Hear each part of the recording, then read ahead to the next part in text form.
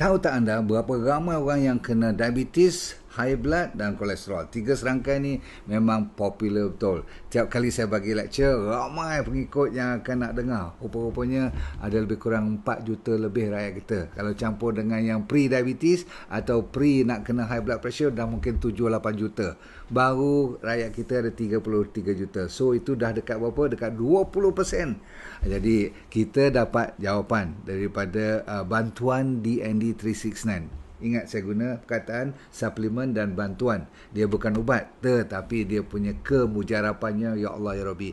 Berapa ribu orang yang dah dapat testimoni yang baik-baik. Ada yang bagi kat kita dengan ucapan terima kasih, ada yang bersyukur, ada yang menangis. Maklum sajalah dah berapa bulan, berapa tahun mereka sengsara, dan ada setengah tu kaki yang dah nak dipotong, ataupun orang kata apa, blood pressure yang dah sampai nak kena stroke. Itu amat mustahil. Sebab apa? Sebab dalam ni ada the magic of omega 3, yang pun ada omega 6 yang diperlukan juga, tapi dengan kadar yang betul.